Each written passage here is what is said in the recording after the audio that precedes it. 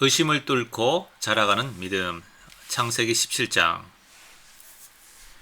우리가 운동을 할 때, 그러니까 웨이트 트레이닝 같은 거 할 때, 근육의 아픔을 느낄 때 우리의 근육은 자라갑니다. 우리가 역기를 들거나 무거운 것을 들고 운동을 할 때 아프다고 힘들다고 포기를 하면 우리의 근육은 강해지지 않습니다. 이것은 우리의 믿음이 강해지는 것과 동일합니다. 우리는 우리의 믿음의 근육에 어떤 고통과 통증을 견뎌내야 하지만 믿음이 더 강해질 수가 있습니다. 그러면 믿음의 근육, 믿음 근육의 고통은 언제 찾아올까요? 그리고 또 믿음이 강하게 하는, 그러한 믿음을 강하게 하는 운동은 무엇일까요? 아브라함의 이야기를 통해서 알아보고자 합니다. 창세기 16장에서 아브라함은 하갈을 첩으로 들였습니다. 근데 하나님은 기뻐하지 않으셨습니다. 왜일까요? 하나님의 계획은 사라를 통하여서 아브라함의 아들을 주시는 것이었습니다. 근데 이제 이스마엘이 아브라함의 장자가 되었죠. 어쩌면 아브라함은 하나님의 계획을 망쳐놓은 것 같습니다. 그래서 하나님께서 아브라함에게 주시는 말씀이 바로 이것입니다. 나는 전능한 하나님이라. 너는 내 앞에서 행하여 완전하라. 창세기 17장 1절 말씀. 아브라함이 99세 때에 여호와께서 아브라함에게 나타나서 그에게 이르시되 나는 전능한 하나님이라. 너는 내 앞에서 행하여 완전하라. 내가 내 언약을 나와 너 사이에 두어 너를 크게 번성하게 하리라 하시니. 16장에서 아브라함이 하갈을 취할 때가 86세였고 17장 1절에서 아브라함이 99세 때에 하나님께서 나타나셨습니다. 13년 동안 하나님은 아브라함에게 아무런 말씀도 하지 않으셨습니다. 그리고 13년 만에 하시는 말씀이 바로 이 말씀이죠. 너는 내 앞에서 행하여 완전하라. 완전하라. 흠이 없이 행하라. 이런 뜻인데요. 무슨 뜻입니까? 너는 내 앞에서 죄를 짓지 말아라. 만약에 죄를 지으면 너는 전능한 하나님의 그런 능력으로 벌을 받을 것이다. 이런 말이 아니죠. 앞뒤의 문맥을 살펴보면 이런 뜻입니다. 나는 전능한 하나님이다. 나에게는 모든 것이 가능하다. 불가능한 것이 없다. 내가 너에게 너의 자손을 하늘의 별과 같이 많게 해줬다고 했는데 왜 너는 나의 시간을, 내가 자손을 주기까지, 아들을 주기까지 기다리지 못하느냐. 이런 말씀이시죠. 아브라함도 처음에는 하나님의 주실 아들을 기다렸죠. 그런데 아브라함이 창세기 15장에서 주께서 나에게 아들을 주지 않으니 하셨으므로 이렇게 말씀합니다. 그러니까 아브라함도 처음에는 기다렸지만 하나님이 주시지 않는다는 사실을 그렇게 결론 내린 것이죠. 그러니까 하나님의 말씀이 이겁니다. 내가 생각하는 시간과 내가 기대하는, 그러니까 하나님께서 아브라함에게 주시겠다고 하는 그런 시간과 아브라함이 원했던 시간이 달랐던 것이죠. 하나님의 시간은 모든 소망이 끊어지고 모두가 불가능하다고 생각되어지는 그때에 하나님께서 일하실 것입니다. 그러면 사람들이 전능하신 하나님에 대해서 깨닫게 될 것이죠. 그렇기 때문에 너는 내 앞에서 행하여 완전하라. 이 말은 전능하신 하나님을 하나님께서 일하시길 때까지 너는 기다리고 그리함으로써 전능한 하나님을 나타내기 위해서 너는 완전하게 그 목적을 위해 완전하게 행하라. 이런 뜻이죠. 어려움 가운데 있습니까? 도저히 빠져나갈 수 없는 그러한 문제 가운데 있습니까? 당황하지 마시고 출구를 찾기 위해서 허둥지둥 이리저리 다니지 마시기 바랍니다. 아브라함처럼 섣불리 행동해서 하갈을 첩으로 들이는 실수를 하지 마시기 바랍니다. 하나님께서 방법을 찾으시고 하나님께서 길을 내시고 또 여러분을 구할 것입니다. 그때에 하나님의 영광이, 하나님의 능력이 나타날 것이죠. 하나님은 그렇게 아브라함에게 다시 한번 하나님의 약속에 대해서 확인시켜 주십니다. 내가 이 모든 것을 이룰 것이니 너는 나를 신뢰하고 기다리라, 이런 뜻이죠. 보라, 내 언약이 너와 함께 있으니 너는 여러 민족의 아버지가 될지라. 그러면서 5절을 보니까 하나님께서 아브라함의 이름을 아브라함으로 바꿔주십니다.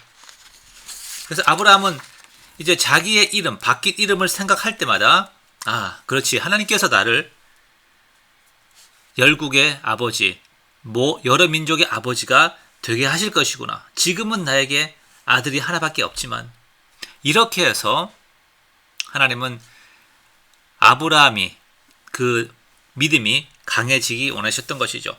7절과 8절을 보면 내가 내 언약을 내가 너와 내 후손에게 이 땅을 주겠다. 나는 그들의 하나님이 되리라. 하나님이 하시겠다는 표현을 강조하고 있습니다. 그러니까 내가 이 모든 것을 할 테니까 아브라함, 너는 내가 하려고 하는 이 부분의 일에 대해서는 끼어들지 말아라. 속된 말로 초를 치지 말아라, 이런 뜻이죠. 그래서 하나님께서 이것이 바로 내가 할 일이다 라고 이제 아브라함에게 확인을 시켜주시는 것이죠. 그래서 하나님께서 아브라함의 후손을 많게 하신 것, 그것이 하나님의 일이죠. 하나님의 계획이고, 그러니까 아브라함은 어떻게 됩니까? 아브라함도 나도 거들겠다고 하갈을 취하거나 그러면 안 된다는 것이죠. 인간의 방법으로 하나님이 이루시겠다는 일에 대해서 우리는 끼어들거나 망치면 안 되는 것입니다. 여러분의 삶은 어떠합니까? 하나님이 하시겠다고 하나님이 약속하신 부분에 대해서 혹시 내가 좀 해보겠다고 이렇게 끼어드는 경우 있지 않습니까? 여러 삶의 상황이 다르겠지만 가장 보편적으로 우리가 발견되는 것이 삶에 대한 염려인 것입니다. 하나님께서 공급하시겠다고 약속하셨죠. 물론 그것이 일을 하지 않아도 된다는 말은 아닙니다. 염려하지 말라는 것이죠. 그런데 우리는 무엇을 먹을까 입을까 염려합니다. 우리가 할 일은 바로 하나님의 나라와 그 의를 구하는 것이죠. 그것이 바로 우리가 할 일입니다. 자, 아브라함의 이야기로 돌아가서, 그러면 아브라함이 해야 할 일은 무엇이겠습니까? 하나님께서 이 모든 것을 이룰 것인데, 그럼 아브라함이 해야 할 일은 무엇입니까? 할례를 행하라. 이것이 너와 나 사이의 언약의 표징이니라. 이렇게 말씀하십니다. 9절에 하나님이 또 아브라함에게 이르시되 그런즉 너는 내 언약을 지키고 내 후손도 대대로 지키라. 여기서 내 언약을 지키다는 표현, 하나님께서 하나님의 언약을 이루어 주시지만 그 언약을 믿음으로 받아들이는 그런 표시가 바로 할례인 것입니다. 그 부분을 네가 해라, 이런 뜻입니다.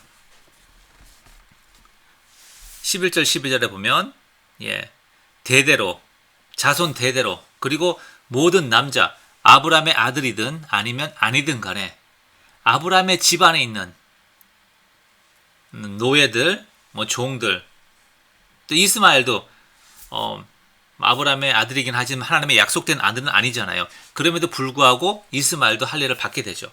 그래서 그렇게 하면서 14절에 보니까 할례를 받지 아니한 사람은 그 언약의 축복에서 끊어질 것이다. 언약의 혜택을 받지 못할 것이다. 이렇게 말하고 있습니다. 할례를 왜 주셨을까요? 11절에 있는 것처럼 나와 너희 사이의 언약의 표징이다.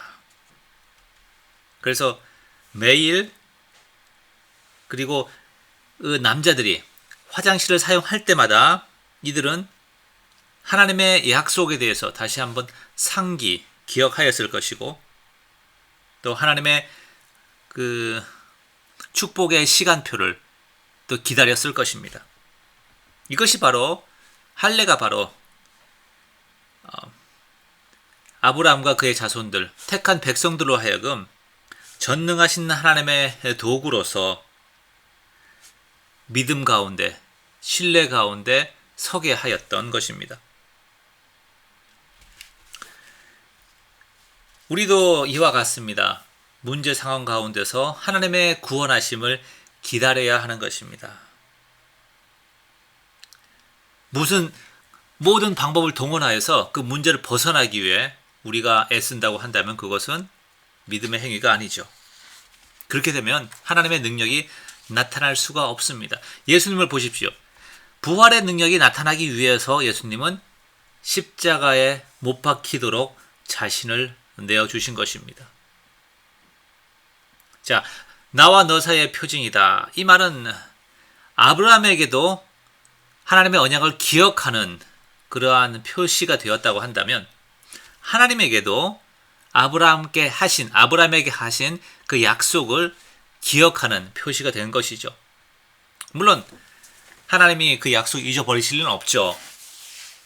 이 말은 아브라함의 자손들이 생각하기를 하나님께서 하신 그 약속을 잊어버리신 게 아닌가 라고 생각할 때에 그들이 자신들의 몸에 한 할례를 보고 그렇지. 내 몸에 할례가 있는 이상 나는 아브라함 언약의 하나님의 백성이구나 라고 확인할 수가 있는 것입니다. 자, 그러면 오늘날 우리에게는 할례가 어떤 것이 할례가 될까요? 네, 무엇이 할례인가, 무엇이 우리의 할례인가 명확하게 성경은 말하고 있지 않습니다.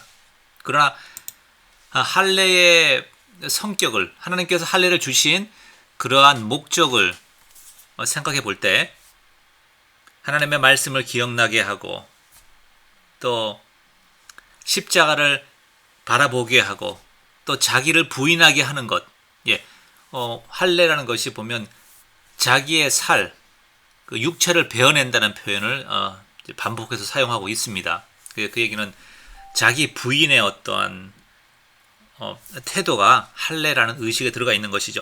그래서 죄를 고백하는 삶들, 기도하는 삶, 그리고 세례 혹은 성만찬, 말씀을 읽고 기도하는 하나님과 가까이 하는 시간들, 예배, 사역, 이 모든 어쩌면 형식적으로 주어지는 것 같은 이러한 틀, 이런 것들이 바로 우리에게 주신 할례라고 할 수가 있겠죠. 사람이 정한 것이지만, 그래서 우리는 규칙적으로 이런 것들을 함으로써 하나님의 약속을 기억하고 또 믿음 가운데 서갈 수가 있는 것입니다. 아브라함에게 하나님께서는 전능하신 하나님의 계획을 말씀하시고 또 할례를 행하라고 하십니다. 이제 하나님의 약속을 기억하기 위해서죠. 그리고 이제 이어지는 본문을 보면 실제로 아브라함은 하나님의 약속에 대해서 의심을 합니다. 의심할 수밖에 없죠. 그럼에도 불구하고 하나님은 그 약속을 이루실 것이라는 그런 확인하시는 부분이 나옵니다. 15절에 하나님이 또 아브라함에게 이르시되 내 아내 사레는 이름을 사레라 하지 말고 사라라 하라. 내가 그에게 복을 주어 그가 내게 아들을 낳아주게 하며 내가 그에게 복을 주어 그를 여러 민족의 어머니가 되게 하리니 민족의 여러 왕이 그에게서 나리라. 자, 그런데 놀랍죠? 아브라함의 반응이 무엇입니까? 17절에 아브라함이 엎드려 웃으며 마음속에 이르되 100세 된 사람이 어찌 자식을 낳을까? 사라는 90세니 어찌 출산하리요? 하고. 아브라함의 말이 사실이죠. 90세 된 여인이 출산을 한다는 것은 생물학적으로 불가능하죠. 사라는 아이를 낳기에 너무 나이가 많습니다. 이러한 아브라함의 의심에도 불구하고, 그러니까 전능하신 하나님의 능력에 대한 의심이죠. 불구하고 하나님은 사라가 아들을 낳을 것이라고 다시 한번 확인해 주십니다. 하나님이 이르시되 아니라 내 아내 사라가 내게 아들을 낳으리니 너는 그 이름을 이삭이라 하라. 왜냐하면 내가 웃었기 때문에. 그래서 아브라함이 이삭의 이름을 생각할 때마다 자신이 하나님의 말씀을 믿지 못하고 웃었던 그런 조금은 부끄러운 그런 기억이 계속 되었을 것입니다. 내가 그와 내 언약을 세우리니 그의 후손에게 영원한 언약이 되리라. 아브라함이 믿든 믿지 않든 간에, 의심을 하든 하지 않든 간에, 나는 내게 아들을 낳게 할 것이고 그 아들과 내가 또 언약을 세울 거다. 이렇게 하나님께서 이제 계속 하나님의 일들을 해가신다는 사실을 아브라함에게 말씀하는 것이죠. 우리가 성경을 읽을 때 우리는 의심할 수밖에 없습니다. 90세에 아들을 낳고 또 예수님의 동정녀 탄생, 그리고 죽은 자의 부활들, 무리를 걸어가시는 것들. 우리는 또한 우리의 삶에 대한 하나님의 계획, 말씀을 들을 때에 우리는 웃게 됩니다. 너는 거룩한 백성이요, 택하신 족속이요, 왕같은 제사장이다. 베드로전서에 있는 말씀이죠. 너희는 성령이 거하시는 하나님의 전인 줄, 너희 몸이 하나님의 전인 줄 알지 못하느냐. 하나님이 우리 안에 거하신다고 하십니다. 오늘날의 세상의 관점에서 봤을 때는 이것을 이해하기가 쉽지가 않습니다. 왜냐하면 세상 모든 사람, 일반적으로 세상의 사람들이 생각하기를 우리가 가지고 있는 지식과 과학 지식과 생각으로, 인식으로 모든 것들을 이해할 수 있다고, 최소한 보이는 것들, 존재하는 것들, 우리가 인식할 수 있는 것들이라고 생각하기 때문이죠. 그래서 우리가 전능하신 하나님의 계획과 말씀을 들을 때에 어쩌면 의심하는 것, 필연적이라고, 좋은 것은 아니지만 당연하다고 말씀드릴 수 있겠습니다. 그래서 우리가 의심이 들어가는 상황에서 우리는 하나님의 더 의지해야 되고 하나님의 말씀을 따라야 되는 것이죠. 바로 이것이 우리에게 부담으로, 짐으로 다가오는 것입니다. 마치 운동을 할 때 이 무거운 무게를, 바벨을 들 때에 근육이 통증을 느끼는 것처럼 말이죠. 사람들이 이럴 때에 어떻게 하죠? 많은 경우에 이럴 때에 믿음을 포기를 합니다. 마음에 확신이 들지 않으니까, 주님을 믿고 주님을 따르는 것이 내 삶에 이득이 된다는 확신이 들지 않기 때문에 포기하는 것입니다. 돈을 더 벌어야지 내 가족을 부양할 수가 있고, 그래서 주일날 예배 드릴 수 없고, 다음 주에 시험이 있기 때문에 주일날 공부를 해야 되고, 많은 사람들이 생각하기를 예배를 빠지고 주님께 나아가지 않고 하나님과의 시간을 제쳐두고 다른 것들을 하는 것이 내게 더 이익이다, 이렇게 생각하는 것입니다. 이것이 바로 하나님에 대한 의심이죠. 그러나 그때에 그럼에도 불구하고, 의심에도 불구하고 우리가 믿음으로 나아가면 우리의 믿음의 근육은 더 강해지는 것입니다. 자, 이쯤 되면 무엇이 우리의 믿음의 근육을 강하게 하는지 아시겠죠? 행함이죠. 그 다음 이어지는 본문에서 우리는 이 아브라함의 순종을 볼 수가 있습니다. 그래서 이렇게 말씀드릴 수 있겠습니다. 우리의 순종이, 의심에도 불구하고 우리가 순종으로 나아갈 때 우리의 믿음의 근육이 강하게 되는 것입니다. 23절에 이 아브라함이 하나님이 자기에게 말씀하신 대로 이날에 그 아들 이스마엘과 집에서 태어난 모든 자와 돈으로 산 모든 자 곧 아브라함의 집사람 중 모든 남자를 데려다가 그 보피를 베었으니. 자, 이 말씀을 보면 강조하는 것이 하나님이 자기에게 말씀하신 대로, 그리고 또 이 날에, 어떤 날이죠? 하나님께서 할례를 행하라고 말씀하신 그 날입니다. 그 날.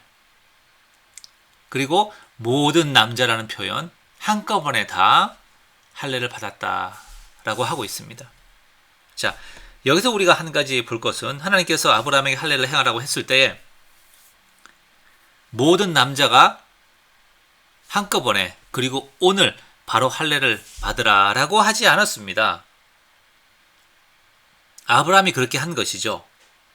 사실 한꺼번에 할례를 받는 건 별로 지혜로운 방법이 아니죠. 왜냐하면 할례를 받게 되면 최소한 일주일 이제 거동을 못하기 때문에 외부의 침입으로부터 적들의 공격으로부터 그 공동체가 상당히 위험해집니다. 그래서 두 그룹이나 세 그룹으로 나누어서 순차적으로 할례를 받는 것이 어쩌면 지혜롭다고 할 수 있겠습니다. 그런데 왜 아브라함은 한꺼번에 받았을까요?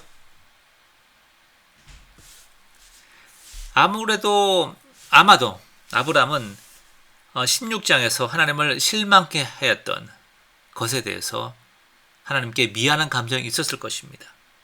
그리고 그 후로 13년 동안 하나님과의 단절된 관계로 인해서 하나님과 빨리 회복하고 싶은 그런 갈망이 컸을 것이라고 생각을 합니다. 그래서 하나님께서 아브라함의 이 마음을 보신 것이죠. 할례를 그냥 행한 것이 아닌 하나님과 하나님의 언약 속으로 들어가고 싶어하는, 다시 한번 언약의 백성이 되고 싶어하는, 확인하고 싶어하는 그러한 간절한 열망으로 인해서 아브라함은 그날에 한꺼번에 다 할례를 행하였고, 그러한 아브라함의 마음을 하나님이 보신 것이죠.